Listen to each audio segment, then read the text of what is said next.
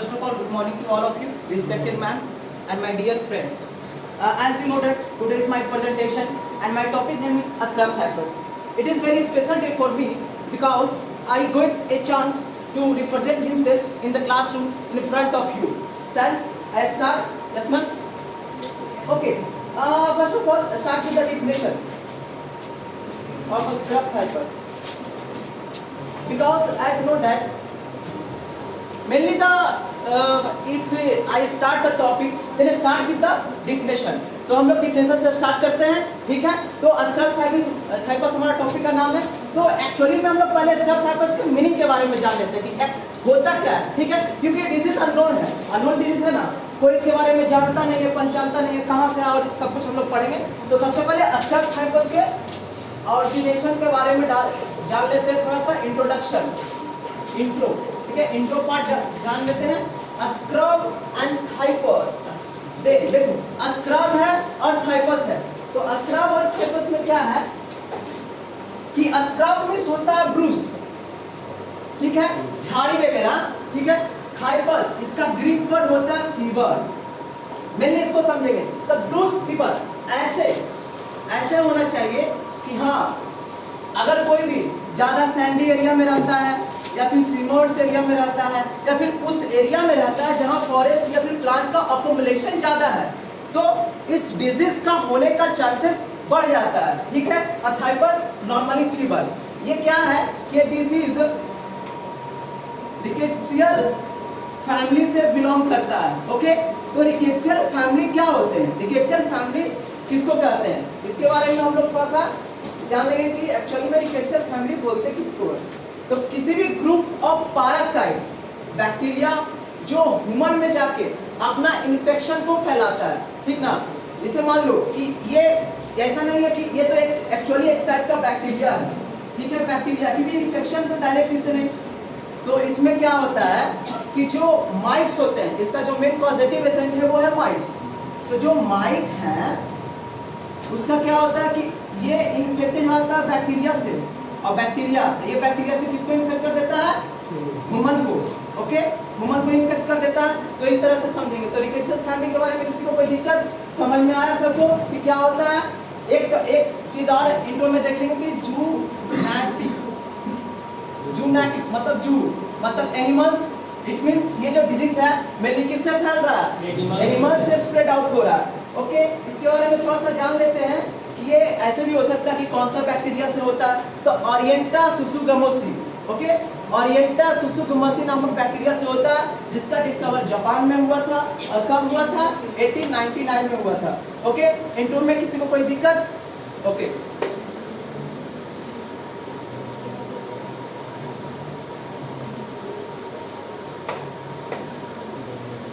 मृदुल कौन सा बैक्टीरिया था,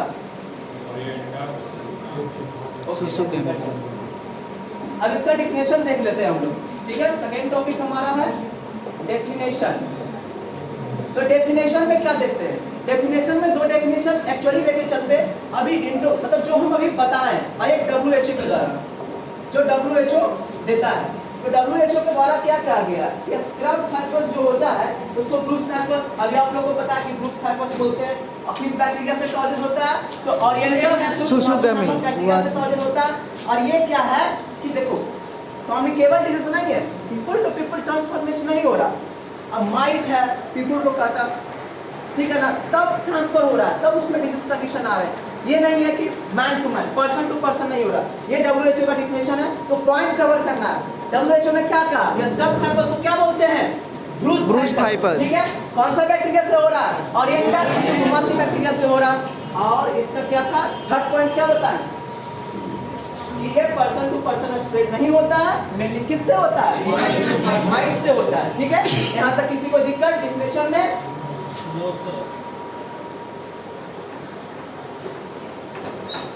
एक चीज और हम लोग क्या करते हैं कि थोड़ा सा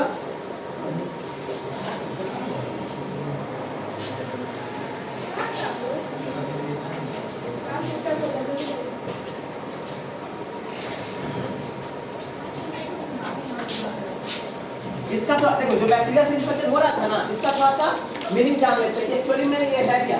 तो इसका मतलब होता है कोई स्मॉल या डेंजरस, ओके, कोई स्मॉल या डेंजरस, स्मॉल या डेंजरस, और उसका इसका होता है क्रिएचर। ये समझ में आया ना, छोटा, माइट क्या है, छोटा है और डेंजरस हो रहा है तब तो इन्फेक्शन फैला रहा है, छोटा है और फिर डेंजरस है तो इन्फेक्शन फैला रहा है, ठीक है। तो ये दो चीज हम लोग देख लिए हैं कि इसका इंट्रो क्या होता है और डिफिनेशन क्या होता है। लास्ट में मैं पीपीटी सबको शेयर कर दूंगा, आप लोग जाके घर इसको देख सकते हैं, ठीक है। अब इंसिडेंस, इंसिडेंस में देखो मेनली हम लोग दो देख रहे हैं, ठीक है। मेनली देख रहे हैं एक वर्ल्ड वाइड क्या है, ठीक है। मेनली देखो ये इंडिया में डिजीज बहुत रेयर है, कम पाया जाता है, कहीं कहीं पाया जाता है, तो वर्ल्ड वाइड इसका ज्यादा एक्यूमुलेशन ज्यादा पाया जाता है। तो इंडिया में देखेंगे जैसा कि हम आपको बता दूं कि ये जो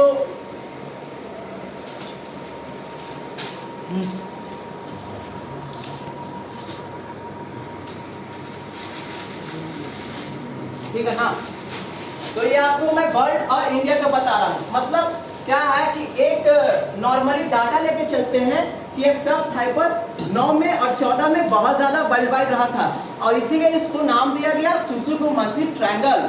जहां से सबका ऑरिजिनेशन होता है वहां से इसका भी ऑरिजिनेशन हुआ है। चाइना, भूटान, ठीक है ना, भूटान नहीं चाइना, चलिए जापान का पार्ट है, ठीक है, चाइना से इसका भी इसको क्या बोलते हैं ऑरिजिन हुआ। तो इसमें आप देख सकते हैं कि इसका क्या है कि मैंने ये बताया कि एक साल का पूरा डाटा लिया, पूरा कितना नंबर ऑफ टेस्टेस हुए हैं और कितना नंबर पॉजिटिव निकला है। तो सबसे ज्यादा अगस्त के महीना में निकला और फिर डिक्रीज इंक्रीज होते रहा। इंडिया में भी इस तरह से कि ज्यादा से ज्यादा हिमालयन रीजन में और 2020 में यूपी के रीजन्स में इसका देखा गया था बहुत सारा कंडीशन। सबको लग रहा था कि ये कोरोना से एसोसिएटेड है, लेकिन इसका कंडीशन एराइजेस हुआ। तो इसके लिए सरकार ने बहुत सारे प्रोग्राम भी चलाया, वो आगे चल के हम लोग देखेंगे। तो मेनली अगर इंसिडेंस के बारे में बात कर लेते हैं तो जापान में ज्यादा अकड़, चाइना 6 to 35% इसको बोल सकते हैं। 9 से 14 बताया ना, ये प्रोबेबल आउटब्रेक था। जैसे कोरोना का 2020 में प्रोबेबल आउटब्रेक था, लेकिन ये पेंडेमिक था। लेकिन ये कंडीशन क्या एक एरिया में फैला हुआ था, ये एंडेमिक कंडीशन था। तो इसका भी हम बोल सकते हैं कि आउटब्रेक हुआ था, ठीक है। यहाँ तक किसी को दिक्कत? ये एंडेमिक कौन सा एरिया में रहा? तो एशियन पैसिफिक एरियाज में ये क्या है इसका बहुत ज्यादा देखा गया। अभी बताएं सुसुगुमासी ट्रायंगल इसको बोला जाता है, तो वो देख लेना। फिर मेनली जो इंडिया से सटा अफगानिस्तान पाकिस्तान के एरिया में बहुत ज्यादा इसका एक्यूमुलेशन रहा था, ठीक है। यहाँ तक किसी को दिक्कत इंसिडेंस में? ये नॉर्मली हम लोग एक डाटा देख लेते हैं कि कब क्या हुआ था और नहीं हुआ था। अगर देखो इंडिया की बात करें तो अभी मैंने आप लोगों को बताया कि हिमालयन रीजन्स होने का एक और मतलब बनता है। यहाँ पर बहुत ज्यादा क्या है रूस, ठीक है ना, बहुत ज्यादा मतलब पेड़ पौधे हैं। अब फार्मर देखो गया, फार्मर गया उसको पता नहीं है, ठीक है, माइट है। नॉर्मली वो फार्मर क्या करता है कि किसी भी गार्डन में जाता है, वो थोड़े देखता है कि क्या काट लिया, अरे हटो, ये सब तो होते रहता है। लेकिन उसके बाद उसको देखना चाहिए कि कहीं मार्क तो नहीं पड़ा है। तो साइंस सिस्टम्स में हम देखेंगे क्या हुआ नहीं हुआ, ठीक ना। अभी हम बताएं कि हरियाणा में इसका Himalayan region, UP and Orissa 3 region में, ठीक है। यूपी एनीवन कोई क्वेश्चंस इंसिडेंट तक? अगर कुछ है तो आप लोग पूछ सकते हैं। एपिडेमोलॉजिकल ट्रायल, ये ट्रायंगल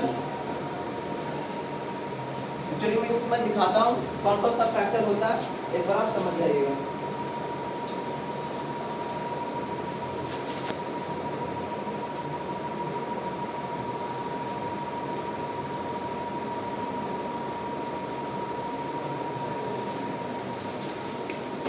कोशिश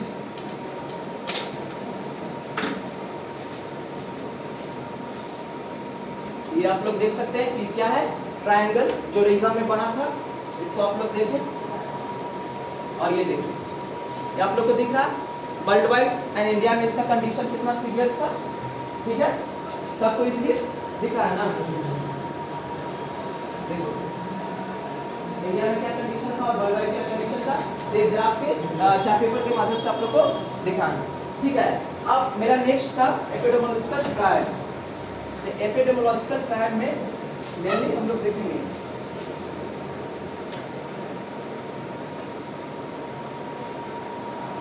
जिसका अभी हम नाम लिए थे ओरिएंटा सुसुकामोसी, और हॉस्ट फैक्टर कौन होंगे, तो इसके बारे में हम थोड़ा सा देख लेते हैं कि हॉस्ट फैक्टर कौन होना चाहिए।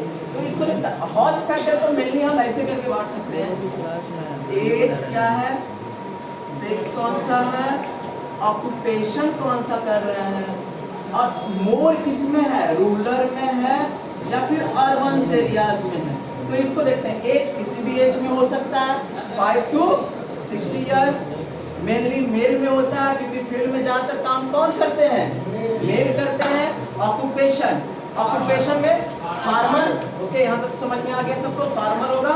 रूरल की अर्बन, मोस्टली रूरल में होगा, ओके यहाँ तक सबको समझ में आ गया। इन्वायरमेंटल फैक्टर राइनी सीजन में बहुत ज्यादा ये फैलता है, इसका चांसेस बहुत ज्यादा इन्वायरमेंटल फैक्टर जो है राइनी सीजन है, तो ये समझ में आ गया ना।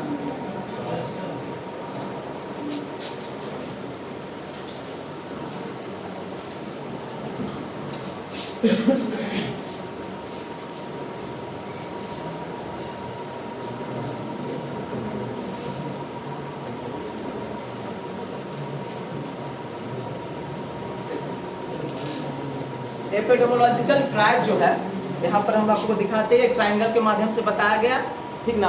इधर भी दिखा देंगे, ये मेनली आप लोग एक फिगर था। यहाँ तक किसी को दिक्कत? No sir.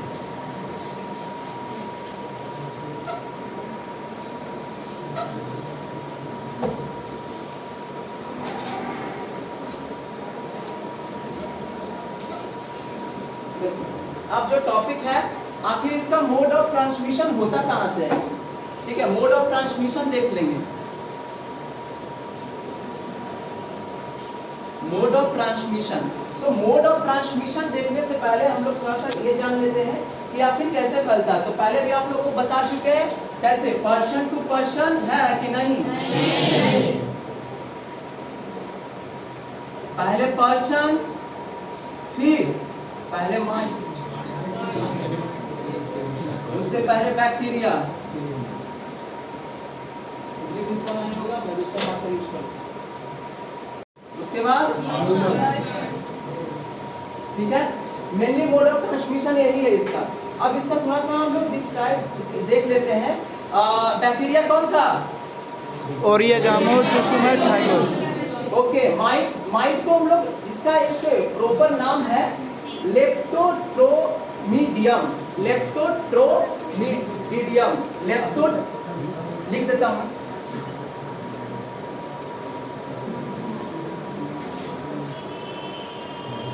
ठीक है। ये माइट का नाम है, पर्सन जान रहे हैं, ठीक है। इसका थोड़ा सा इफेक्ट देख लेते हैं कि आखिर पर्सन में अगर आता है तो ये क्या करता है। एक्चुअली देखो, सबसे पहला स्टेप होता है फिजिकल अट्रैक्शन या फिर इंटरैक्शन। फिजिकल इंटरैक्शन मतलब पहली बार, फिजिकल इंटरैक्शन पहली बार मिल रहा है, कौन मिल रहा है, बैक्टीरिया और माइट। यहाँ पर क्या लिखेंगे, बैक्टीरिया प्लस माइट, ये दोनों का इंटरेक्शन हुआ ना।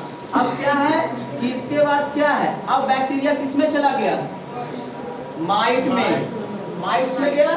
सेकेंड स्टेप, बैक्टीरिया माइट्स में गया, तो ये इन्फेक्टेड माइट्स हो गया। उसके बाद इसका सेल डिवीजन होगा, या फिर इसको बोल सकते हैं सेल ग्रोथ, ठीक है। इसके अंदर, किसके अंदर, माइट के अंदर, और किसका होगा, बैक्टीरिया का होगा, ठीक ना।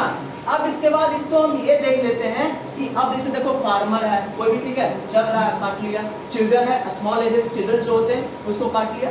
तो इसका ये मेन प्रॉपर क्या होता है कि काट लिया तो ये किस में चला गया, पर्सन में गया ना। अब पर्सन क्या होगा, इन्फेक्टेड होगा। इसके कारण से बहुत सारा सीवियर कंडीशन, नॉर्मल कंडीशन, ज्यादातर इसका जो हम लोग बोलते हैं ना कि डेथ रेट, ठीक है, वो ज्यादा है।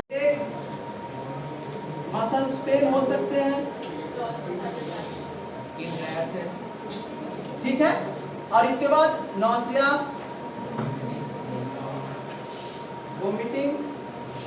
ये सब है ना इसके नॉर्मल में आते हैं। लेकिन अगर मेन फेजेस की बात करें तो मेन वाला में क्या है कि the wound at the site of chigger bites, ठीक है। मेनली क्या है, जहां पर चिगार काटेगा वहां पर एक वुंड का फॉर्मेशन हो जाएगा। ओके, वो क्या होगा, डार्क कलर का होगा, ठीक है। जो वुंड होगा वो कैसा कलर का होगा, डार्क कलर का होगा। स्क्रब लाइक रीजन वहां पर बन जाएगा। अगर नॉर्मली हम लोग देखें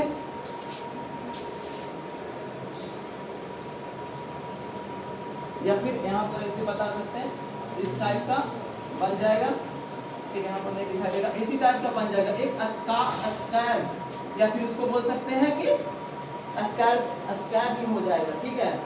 स्कैब टाइप का बन जाएगा, स्कैब लाइक स्ट्रक्चर, ठीक है ना। और दूसरा क्या होगा कि म्यूकस मेम्ब्रेन ऑफ आई जो यहाँ पर होता है ना, इसमें थोड़ा थोड़ा इन्फेक्शन या फिर इसको रेड दिखने लगेगा, रेडनेस आने लगेगा और मसल्स रेसेस आने लगेंगे, ठीक ना। मसल्स रेसेस पूरे बॉडी में आने लगेंगे। बस इसका मेन इतना ही था। एक और देख सकते हैं, जैसे कंडीशन एराइसिस होता है तो स्वेलन ऑफ लिम्ब, वो तो नॉर्मल कंडीशन है। अगर बॉडी डिफेंस मैकेनिज्म शो कर रहा है तो कोई ना साइन सिम्टम वो शो करेगा, ठीक ना। तो क्लिनिकल मैनिफेस्टेशन में सीवियर केसेस में, अगर केसेस सीवियर हो तो बीपी राइज भी कर सकता है, बीपी डिक्रीज भी कर सकता है। और मेनली ये देखना है कि किस कंडीशन से, मेनली स्क्रब थाइकोस में जो कंडीशन देखा गया है वो बीपी को डिक्रीज करने के कंडीशन में देखा गया, ओके, डिक्रीज करने के कंडीशन में देखा गया है। और फिर इसमें enlargement of spleen, loss of consciousness ये भी हो सकता है, और लास्ट में मर भी सकता है। डेथ रेट भी इसका पता है ना कि कुछ कुछ तो डेथ रेट है, तो इसके कारण से ये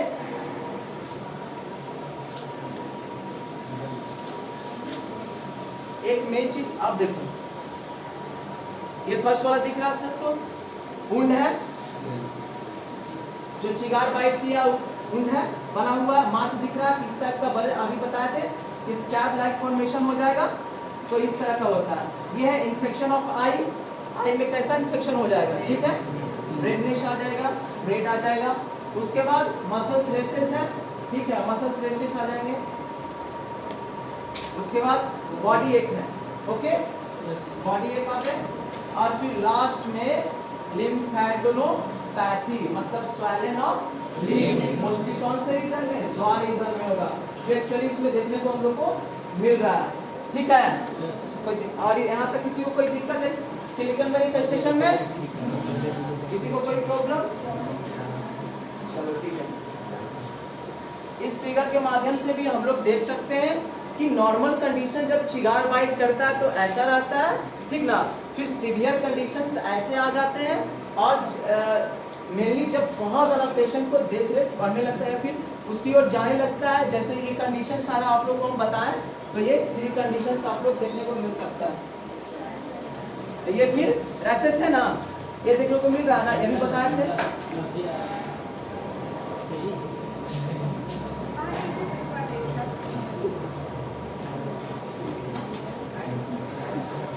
सब देख लिया ना यहाँ तक क्लिनिकल मैनिफेस्टेशन, यहाँ तक किसी को देखो क्लिनिकल मैनिफेस्टेशन को समझने में बहुत सारा मतलब हेल्प मिलता है कि एक्चुअली में हो क्या रहा है। नॉर्मल कंडीशंस पे राइजेस सब में हो रहा है, लेकिन जब कुछ में यूनिक तो उसमें होना चाहिए, तो इस कंडीशन से, ठीक है। अब आते हैं डायग्नोस्टिक में, या फिर डायग्नोसिस करेंगे, तो डायग्नोसिस में पहला होना चाहिए फिजिकल एग्जामिनेशन, उसको हम लोग देखते हैं थोड़ा सा।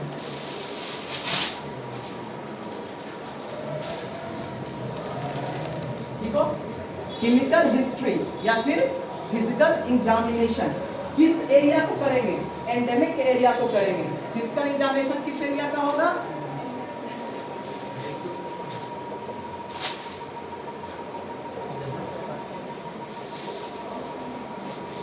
एंडेमिक एरिया और पर्सन दोनों का कर सकते हैं। लेकिन मोस्टली देखो क्या होता है ना कि ये कंडीशन हम लोग को पता है क्या कि ज़्यादा सीवियर नहीं है, ज़्यादा जगह पर नहीं पाया जाता है। तो अगर ज़्यादा जगह पर नहीं पाया जाता है तो एक्चुअली हम देखते हैं कि किस एरिया में ज़्यादा है तो इसके अनुसार से पता चल जाता है कि हाँ हम गए, अब हिमालय रीजन्स में गए, यहाँ पर देखें कि अच्छा यहाँ पर कंडीशन से राइजेस हो रहा है, तो उसके अनुसार से अच्छा इसके कंडीशन से ये क्या हो सकता है, इस्कर या फिर माइट या फिर चिगार, ठीक है ना, इसका कंडीशन आ सकता है। सेकेंड वाला हम लोग देखेंगे सेरोलॉजिकल टेस्ट।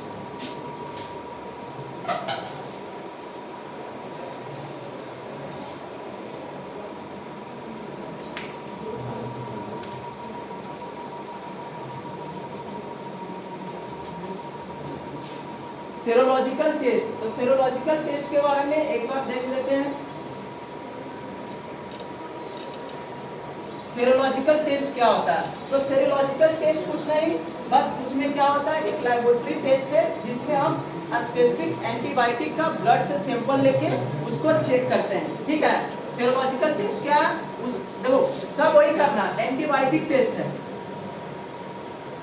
एंटीबायोटिक टेस्ट है, इसमें क्या करते हैं, स्पेसिफिक एंटीबायोटिक को उठाते हैं ब्लड सैंपल के द्वारा, अब उसको चेक करके बताते हैं क्या करना नहीं करना।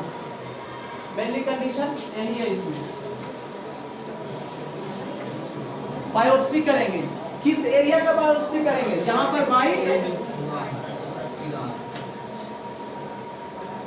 ठीक ना, उस एरिया करेंगे। बायोप्सी का टेक्निक सबको पता होगा, बताने की कोई जरूरत नहीं है। तो उस एरिया का हम लोग क्या करेंगे, बायोप्सी करके देखेंगे कि आखिर कंडीशंस जो एराइजेस हो रहा है वो किस कारण से हो रहा है।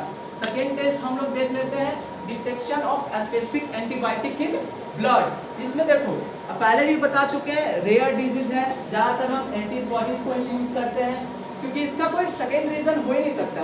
अब है भाई, ठीक है, देख लिए, बाइट किया, एंटीबायोटिक उठाया, अच्छा इससे सारे सिम्टम्स मिल रहा है, तो उसके अनुसार से डायग्नोसिस करते हैं और फिर बताएं डेज कि कितना डेज में क्या हो रहा है, उसके अनुसार से इसका मेडिसिन चलाते हैं।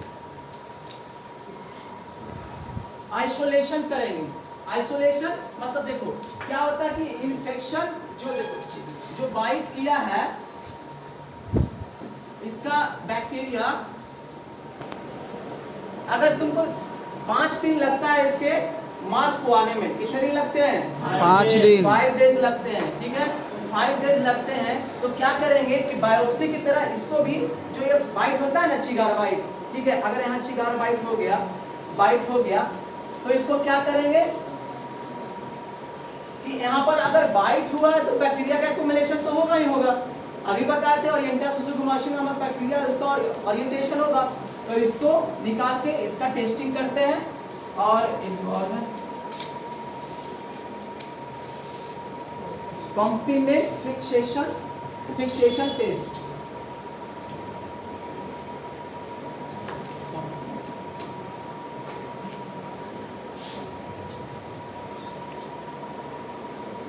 और एक है IFA।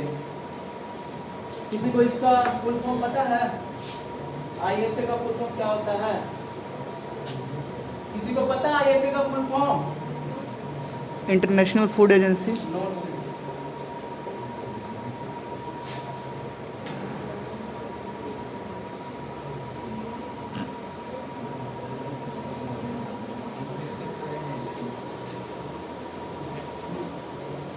इनडायरेक्ट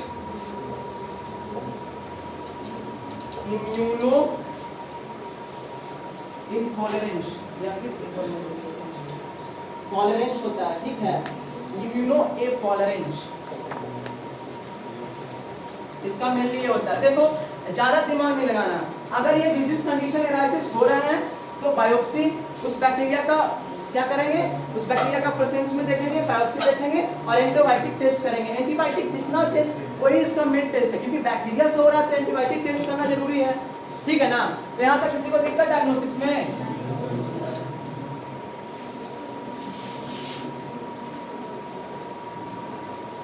राहुल एक टेस्ट का नाम बताओ कोई।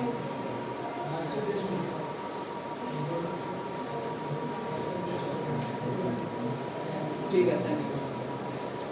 अब देखो, अब इसमें मेनली हम लोग आते हैं मेडिकल मैनेजमेंट, ठीक है, कौन मैनेजमेंट? Medical management.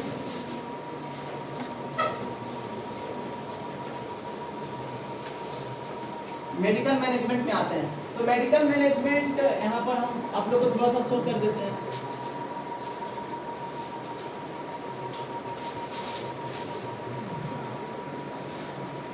तो मेडिकल मैनेजमेंट में इसका जो मेन मेडिसिन है वो कौन सा है?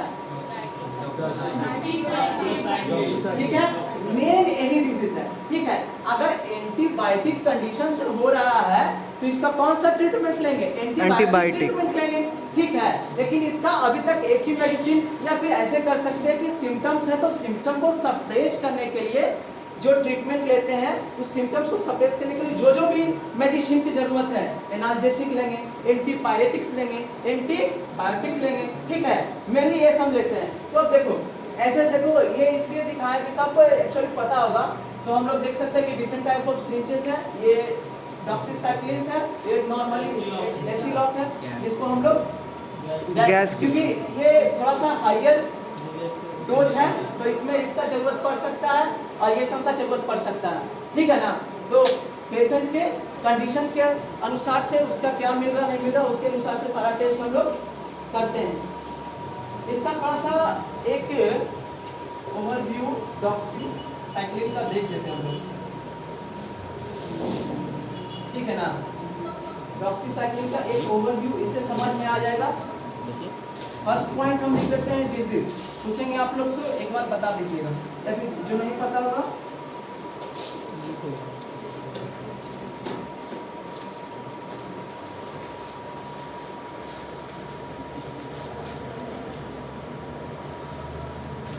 ठीक है। ये 3 पॉइंट आप लोग को हम बताए ना है। ठीक है, तो जिससे जिससे पूछेंगे वो बताएगा। इधर से यति खड़ा, कौन सा डिजीज कंडीशन में लेंगे? स्क्रब टाइपस, नॉर्मल बैठ जाइए, thank you. Bacteria Kishan form क्या हो सकता है? नॉर्मली यहाँ पर भी देख के या फिर सिरिंज को भी देख के बता सकते हैं फॉर्म क्या हो सकता है। टैबलेट फॉर्म में होगा, आईवी फॉर्म में हो सकता है। ठीक है, थैंक यू, थैंक यू। तो ये टैबलेट के फॉर्म में भी हो सकता है। ठीक है, और एडमिनिस्ट्रेशन, मतलब एडमिनिस्ट्रेशन किस बात से लेंगे? ओरल लेंगे, आईवी लेंगे, आईवी लेंगे, आईएम नहीं इसमें लेंगे। ठीक है ना, आईवी लेंगे। तो ओरल एंड आईवी, तो ये समझ में आ गया ना कि मेडिसिन को किस तरह से लेना है। और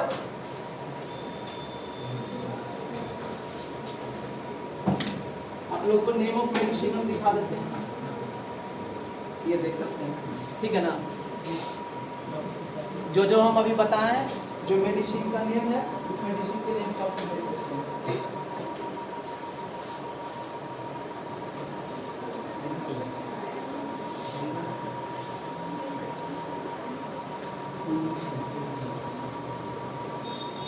ठीक है, यहाँ तक किसी को कोई दिक्कत? ठीक है,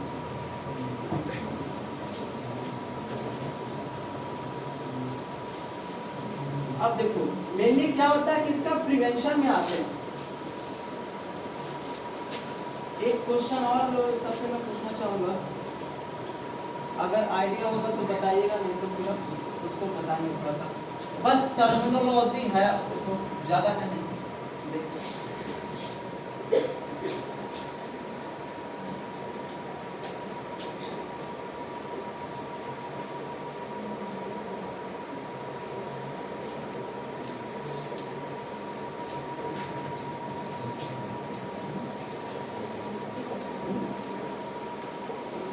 इसमें किसी को भी थोड़ा सा भी डिफरेंस पता है क्या?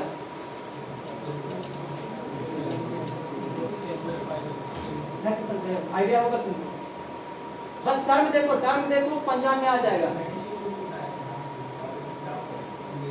चलो ठीक है, कुछ आइडिया लगा पा रहे हैं। देखो केमोमिस, ड्रग्स या फिर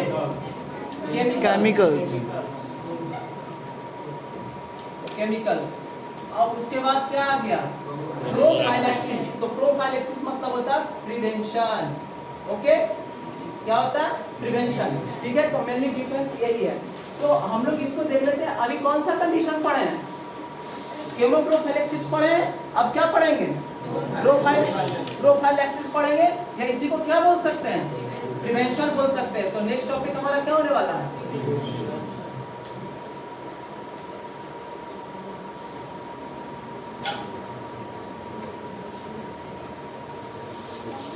देखो प्रिवेंशन में मेनली मैं आपको पॉइंट बता रहा हूँ। पहले प्रिवेंशन का 3 पार्ट, एक्चुअली में इससे समझ में आ जाएगा कि हाँ, हम आपको थोड़ा सा एसोसिएट करके बताएंगे। Protective cloth, okay, first point हो गया use of insect repellent, okay, और लास्ट में इन्वायरमेंटल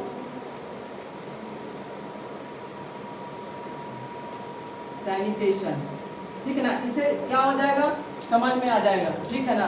तो मेनली किस कारण से हो रहा है कि जहाँ प्रॉपर हाइजीन, मतलब प्रॉपर हाइजीन या फिर चिगार के बाइट से हो रहा था, तो इसमें हम लोग क्या देखेंगे, इन्वायरमेंटल सैनिटेशन की जरूरत बहुत ज़्यादा है, ठीक है ना। इन्वायरमेंटल सैनिटेशन में क्या करेंगे कि जितने भी जहाँ पर जिस डिजीज कंडीशन या फिर जहाँ पर ये डिजीज कंडीशन नॉर्मल है, मान लो कि हिमालय रीजन में, यूपी में भी आया था, उड़ीसा में आया था, ठीक है, तो ये सब जगह पर नॉर्मल है ना ये डिजीज कंडीशन, तो वहाँ पर क्या करेंगे कि जितने भी फार्मर होंगे, देखो हाईएस्ट चांस किसको रहेगा, जो घर से बाहर निकलेगा, तो देखो जो फार्मर रहता है और फिर उसको चाइल्ड बोल सकते हैं, ठीक है ना।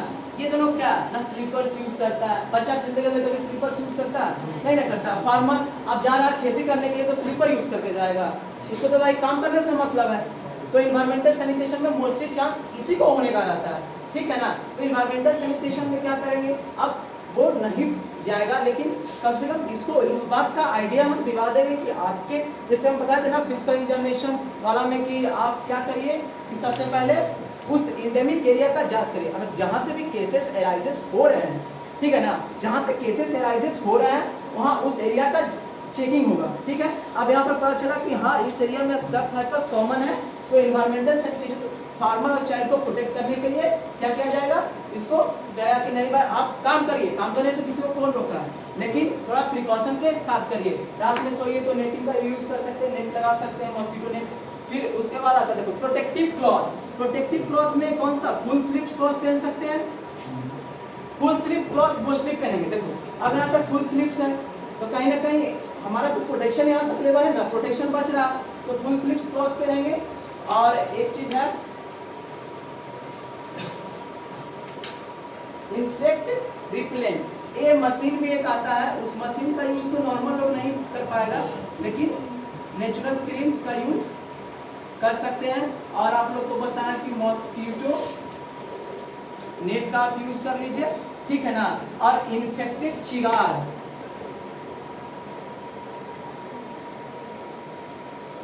इससे बच के रहने का कोशिश करिए, क्योंकि मेनली यही है, ठीक है। एक बार देख लेते हैं हम लोग प्रिवेंशन, सबको दिखाई दे रहा है प्रिवेंशन क्या है, इन्फेक्टेड चिगार, इससे बच के रहना है, मेनली यही है।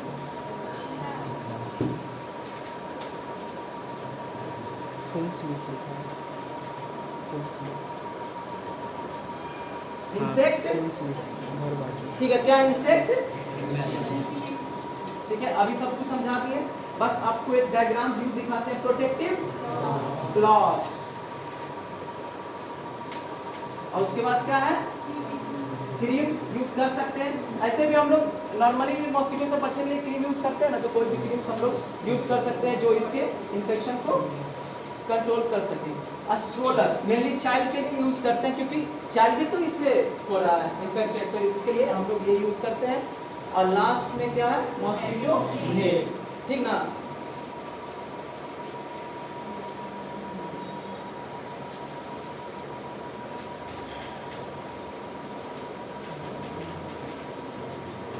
हैंड वॉशिंग प्रोसीजर तो करना ही है, हैंड वॉशिंग प्रोसीजर में तो वो तो नेसेसरी चीज़ है, उसको करना ही पड़ेगा। और मेनली जो क्या है, यही क्या है।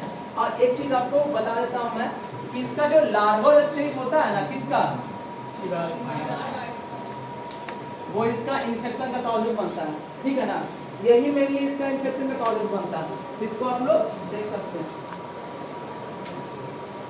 अब इसका नर्सिंग मैनेजमेंट आते हैं, ठीक है, कि एक्चुअली हम लोग नर्स हैं तो इसका क्या मैनेजमेंट करेंगे। एक्चुअली देखो हम लोग को भी नहीं शुरुआत में पता रहता है, 5 दिन बाद तो इसका स्कैब फॉर्मेशन होता है, उसके बाद नॉर्मल कंडीशन रहता है, तो आदमी कैसे पता करेगा कि किस तरह से कौन कंडीशन एराइजेस हो रहे हैं। तो नर्सिंग मैनेजमेंट देख लेते हैं।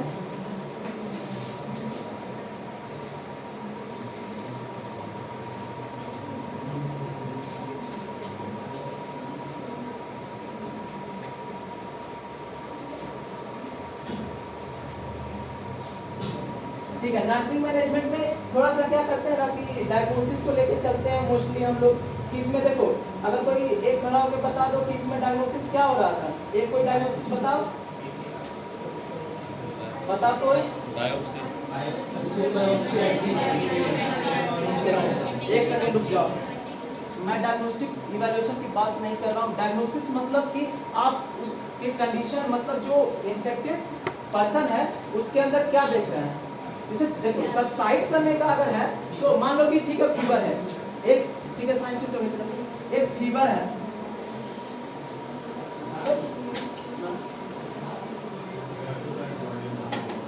देखो मेनली क्या है, फीवर है, ठीक है। तो इसका हम लोग को अगर मान लो कि इसको ठीक है, इसके अंदर हम फीवर देख रहे हैं, पेशेंट के अंदर फीवर देख लिए, इसको सबसाइड करने का तरीका हम लोग फर्स्ट ईयर में बहुत कुछ पढ़ते हैं। Tepid, sponging, cold and sponging, cold compression, ये सब पढ़े थे ना। नर्सिंग मैनेजमेंट में आ रहा था, और इसके क्या करने का तरीका था, इसको सप्रेस करने का तरीका था।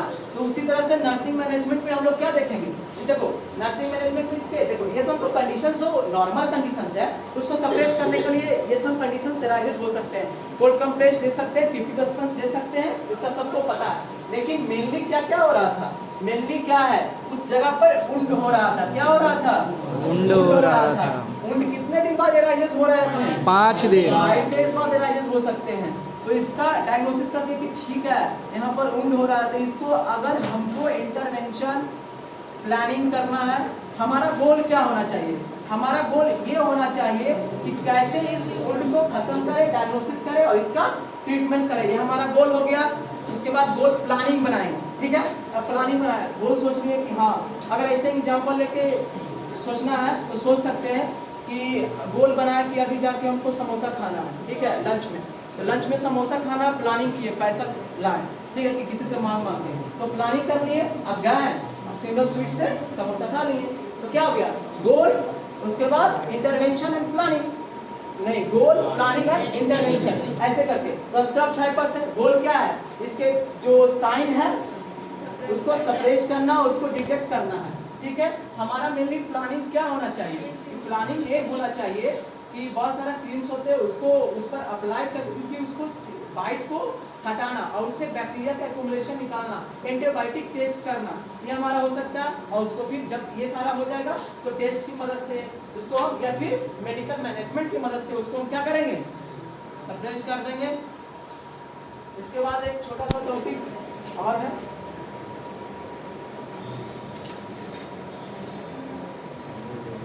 हेल्थ एजुकेशन है, ठीक ना।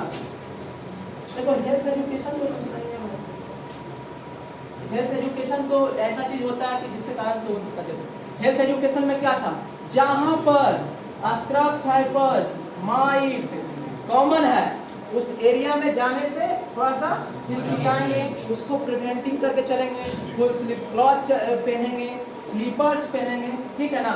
उसमें न्यूट्रिशनल डाइट्स के बारे में बता सकते हैं, जिसको कंडीशन एराइजेस हो चुके हैं, जिसको कंडीशन आने वाले हैं, जिसका हम कंडीशन डायग्नोसिस कर रही है कि इसका कंडीशन ये आ गया है, उसमें क्या करेंगे, उसको हम डाइट प्रॉपर करेंगे। क्योंकि देखो अगर फीवर होता है तो ऐसे बोलते हैं ना कि बदन टूटता है, ठीक है, बॉडी एक होता है, हम लोग मतलब उसको क्या बोल सकते हैं, एंजाइटी फील करते हैं, एंजाइटी फील करते हैं ना, तो क्या करेंगे, अगर न्यूट्रिशन प्रॉपर लेंगे, थोड़ा थोड़ा खाना, 3 टाइम खाएंगे, रोटी खाएंगे, बोलता है चावल नहीं खाने के लिए, तो ये सब क्या कर सकते हैं, इसमें हम अप्लाई कर सकते हैं और इसको हम दे सकते हैं। हेल्थ एजुकेशन में मेनली यही होता है।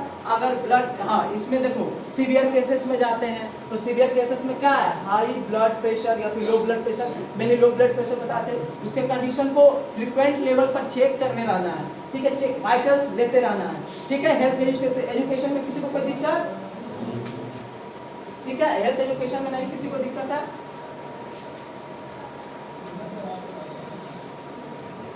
बस एक छोटा सा है कि हम इस प्रोजेक्ट को कुछ जो लोग हैं उसकी मदद से बनाए थे, और मेनली क्या है ना कि जो डॉक्टर है जैसे सुमन प्रकाश पटना है उसका,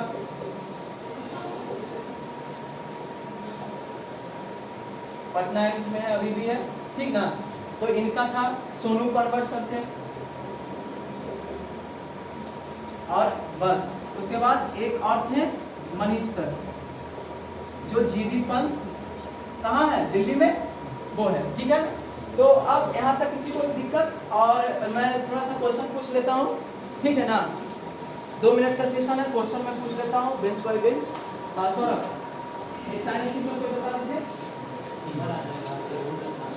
सीवियर केसेस का कोई साइंस सिम्टम्स।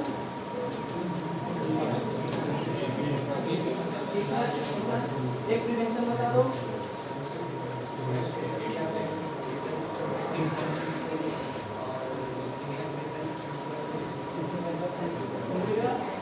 आप बता दीजिए एक कॉजेस देखिए, आप उसको बता दीजिए।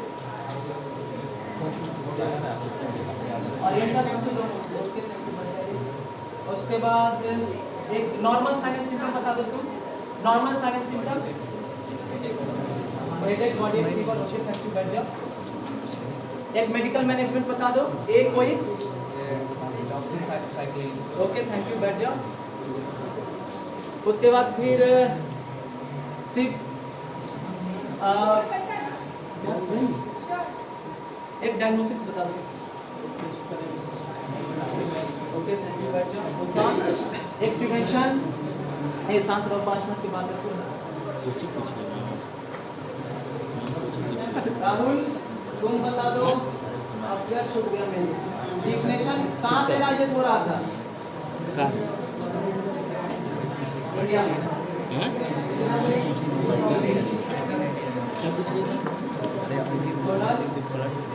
तुम्हें साइंस सिंपल बताओ, ठीक है बैठ जाओ। अच्छा तुम बता दो, एक डायग्नोसिस बताओ।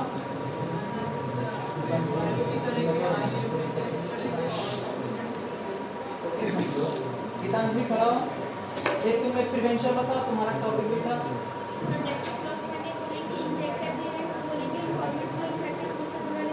ठीक है थैंक यू, बैठ जाओ।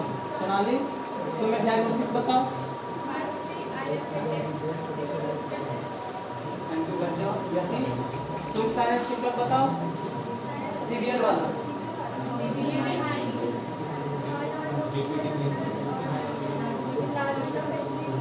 ठीक है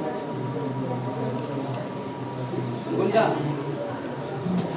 कॉजेस बताओ 2 गो।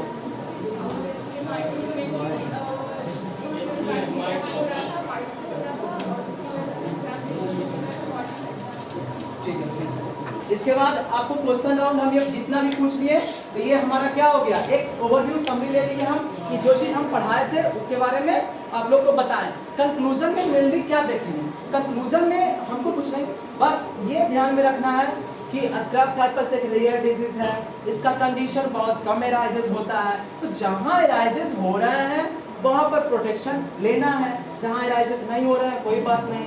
सुसुगमासी ट्रायंगल बन रहा था, उस चीज़ को कंसेप्ट में हम लोग रखें कि हाँ अब नहीं है, 9 से 14 का कंडीशन आपको बता दिए, उस समय कंडीशन था। Thank you.